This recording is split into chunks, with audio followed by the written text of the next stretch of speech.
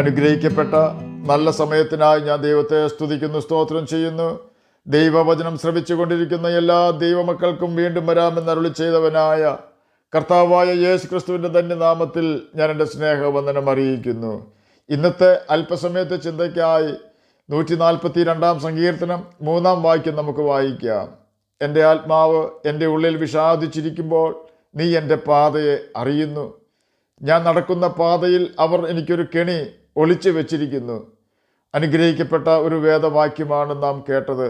ദാവീദിനെ പോലെ ദൈവത്തിൻ്റെ ഹിതമെല്ലാം ചെയ്ത് ദൈവത്തെ അനുസരിച്ച് ജീവിക്കുന്ന വ്യക്തികൾക്ക് അവരുടെ ജീവകാലത്തൊരിക്കലും ഒരു പ്രതികൂലവും ഉണ്ടാവുകയില്ല എന്ന ചിന്താഗതി വേദാനുസൃതം അല്ല. യോഹന്നാൻ എഴുതിയ സുവിശേഷം 16 അധ്യായം 33 വാക്യത്തിൽ ഇപ്രകാരം രേഖപ്പെടുത്തിയിരിക്കുന്നു: നിങ്ങൾക്ക് എന്നിൽ സമാധാനമുണ്ടാകേണ്ടതിന് ഇത് നിങ്ങളോട് സംസാരിച്ചിരിക്കുന്നു. ലോകത്തിൽ നിങ്ങൾക്ക് കഷ്ടമുണ്ട്, എങ്കിലും ധൈര്യപ്പെടുവിൻ, ഞാൻ ലോകത്തെ ജയിച്ചിരിക്കുന്നു. ഈ വാക്യത്തിൽ കൂടി കർത്താവായ യേശു ക്രിസ്തു നമ്മെ പഠിപ്പിക്കുന്നത് കഷ്ടതയില്ലാതെ കിരീടമില്ല എന്ന യാഥാർത്ഥ്യമാണ്.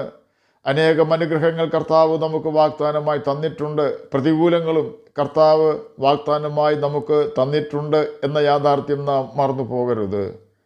എന്നാൽ യേശു ക്രിസ്തുവിനെ അനുസരിച്ച് ജീവിക്കുന്ന വ്യക്തികളുടെ ജീവിതത്തിൽ കടന്നു വരുന്ന ഓരോ പ്രതികൂലങ്ങളും ആ വ്യക്തികൾക്ക് ലഭിക്കുന്ന ഉയർച്ചകളുടെ പടവുകളാണെന്ന് പിന്നത്തേതിൽ അവർ മനസ്സിലാക്കും.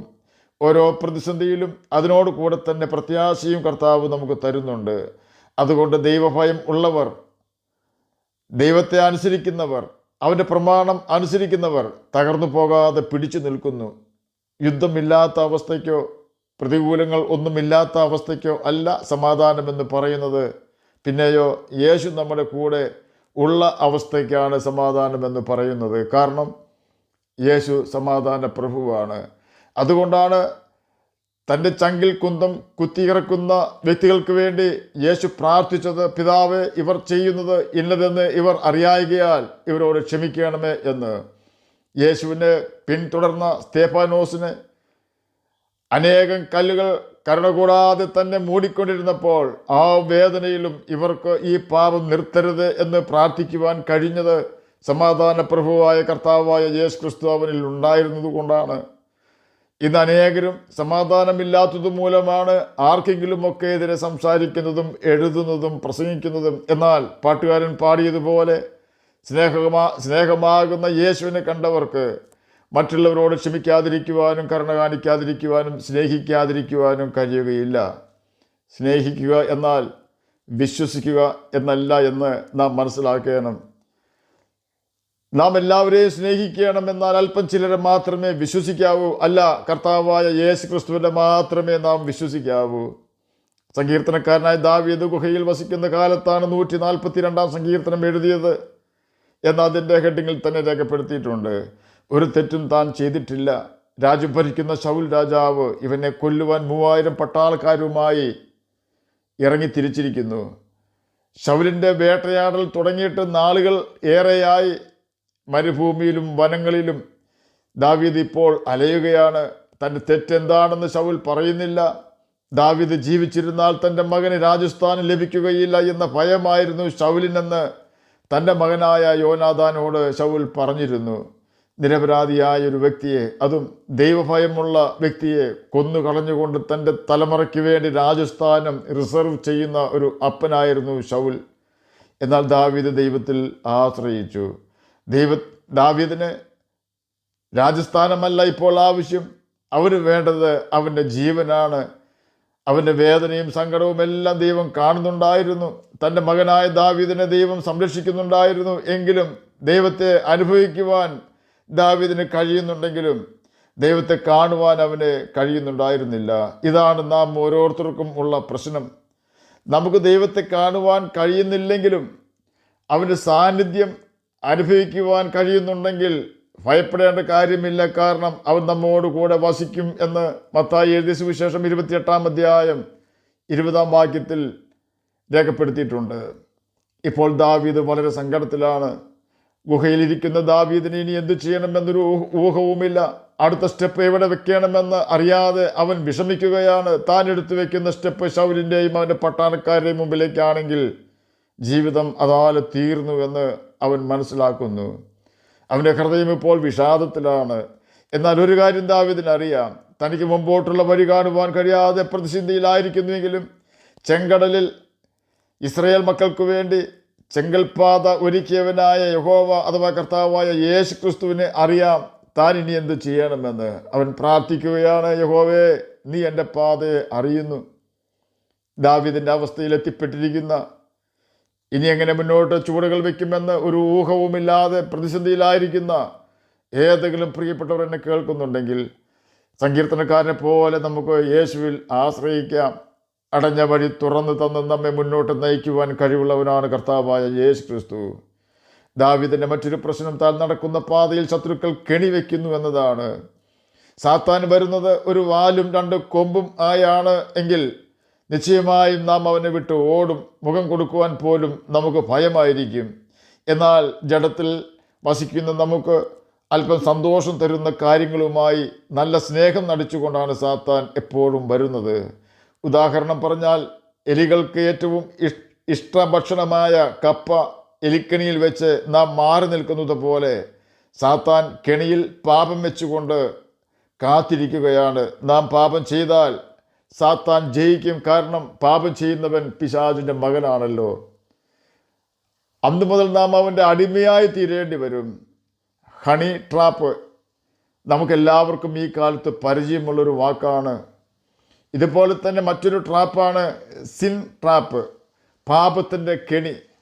സാത്താൻ്റെ കെണിയിൽ ഒരു പ്രാവശ്യം വീണ് കഴിഞ്ഞാൽ അവിടെ നിന്നും മടങ്ങി വരിക എന്നത് അസാധ്യമാണെന്നുള്ള യാഥാർത്ഥ്യം നാം മറന്നു പോകരുത്.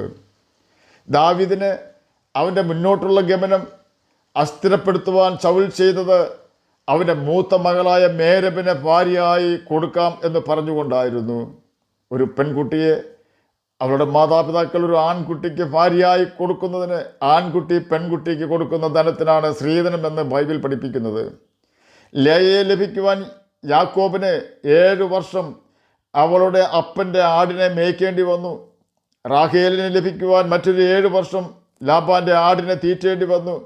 അതുപോലെ തന്നെ ശൗലിൻ്റെ മൂത്ത മകളായ മേരബിന് ഭാര്യയായി ലഭിക്കുവാൻ ഗോലിയാത്തിനെ കൊന്നതിന് പുറമെ ഫിലിസ്തീനയുടെ അഗ്രചർമ്മവും ശൗൽ ദാവീദിൽ നിന്നും മേടിച്ചു. ഫിലിസ്തീനയുടെ കയ്യാൽ ദാവീദ് തട്ടിപ്പോകുവാനാണ് ശൗൽ അങ്ങനെ ചെയ്തതെങ്കിലും ശൗൽ ചോദിച്ച അത്രയും ഫിലിസ്തീനയുടെ അഗ്രചർമ്മം ദാവീദ് എണ്ണം കൊടുത്തു. അങ്ങനെ ദാവീദ് ആ കെണിയിൽ നിന്നും രക്ഷപ്പെട്ടു. രണ്ടാമത്തെ കെണി, ശൗലിൻ്റെ രണ്ടാമത്തെ മകൾ മീഖലിനെ ദാവീദിന് ഭാര്യയായി കൊടുത്തതാണ്.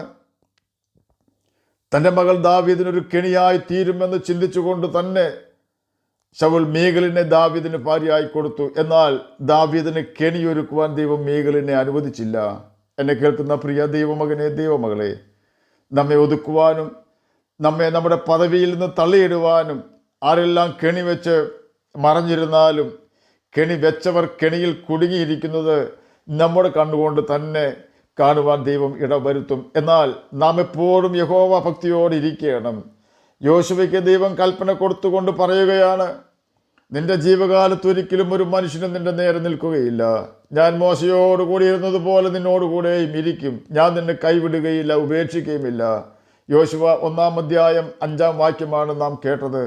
യോശുവയ്ക്ക് ദൈവം കൊടുത്ത വാഗ്ദാനമാണ് നാം കേട്ടത്. എന്നാൽ ആ വാഗ്ദാനം കർത്താവ് നിറവേറ്റണമെങ്കിൽ യോശുവ 1-ാം അധ്യായം 8-ാം വാക്യത്തിൽ യഹോവ യോശുവയ്ക്ക് കൊടുത്ത കൽപ്പന അവൻ അനുസരിക്കണമായിരുന്നു. അത് ഇപ്രകാരമാണ് രേഖപ്പെടുത്തിയിരിക്കുന്നത്: ഈ ന്യായപ്രമാണ പുസ്തകത്തിലുള്ളത് നിന്റെ വായിൽ നിന്നും നീങ്ങിപ്പോകരുത്. അതിൽ എഴുതിയിരിക്കുന്നത് പോലെയൊക്കെ പ്രമാണിച്ചു നടക്കേണ്ടതിന് നീ രാവും പകലും അത് ധ്യാനിച്ചുകൊണ്ടിരിക്കണം. ധ്യാനിക്കുക എന്നാൽ സീക്കിംഗ് ഗൈഡൻസ് ഫോർ ലൈഫ് എന്നാണ് അർത്ഥം. അതായത് നീ ന്യായപ്രമാണത്തെ നിന്റെ ലൈഫ് സ്റ്റൈൽ ആക്കണമെന്ന് സാരം. എന്നാൽ നിന്റെ പ്രവൃത്തി സാധിക്കും, നീ കൃതാർത്ഥനായും ഇരിക്കും. ഈ കൽപ്പനയും വാഗ്ദാനങ്ങളും എല്ലാം യോശുവയ്ക്ക് ലഭിച്ചുവെങ്കിലും യോശുവയ്ക്ക് അനേകം യുദ്ധങ്ങൾ ചെയ്യേണ്ടി വന്നു.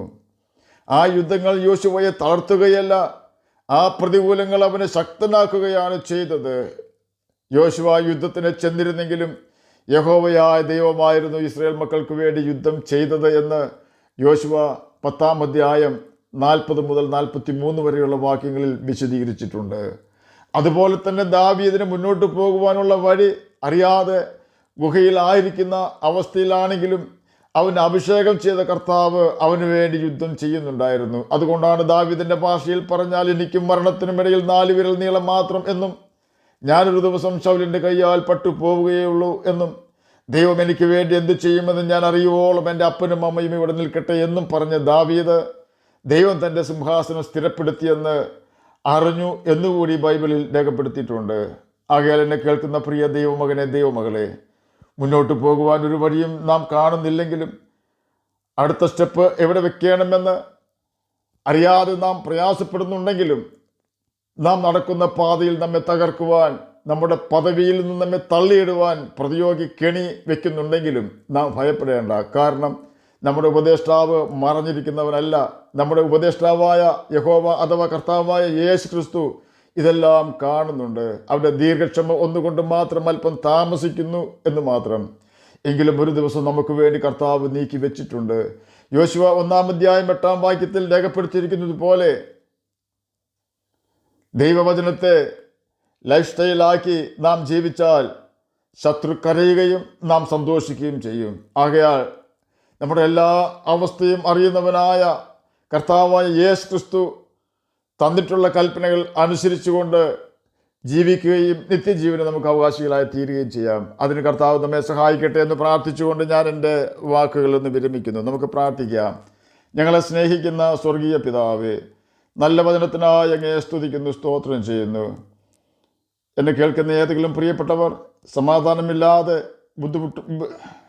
ബുദ്ധിമുട്ടുന്നുവെങ്കിൽ അങ്ങക്ക് സമാധാനം കൊടുത്ത് സഹായിക്കണമെന്ന് അടിയൻ പ്രാർത്ഥിക്കുന്നു. രോഗത്താൽ ഭാരപ്പെടുന്നവർക്ക് രോഗസൗഖ്യം കൊടുക്കണമേ. പഠിക്കുന്ന കുഞ്ഞുങ്ങൾക്ക് പഠിക്കുവാനുള്ള ബുദ്ധിയും ജ്ഞാനവും ഓർമ്മശക്തിയും കൊടുക്കണമേ. പ്രാർത്ഥന കേട്ടതിനായി സ്തോത്രം, യേശുവിൻ്റെ നാമത്തിൽ തന്നെ ആമേൻ. കർത്താവ് എല്ലാവരെയും അനുഗ്രഹിക്കട്ടെ. സ്തോത്രം.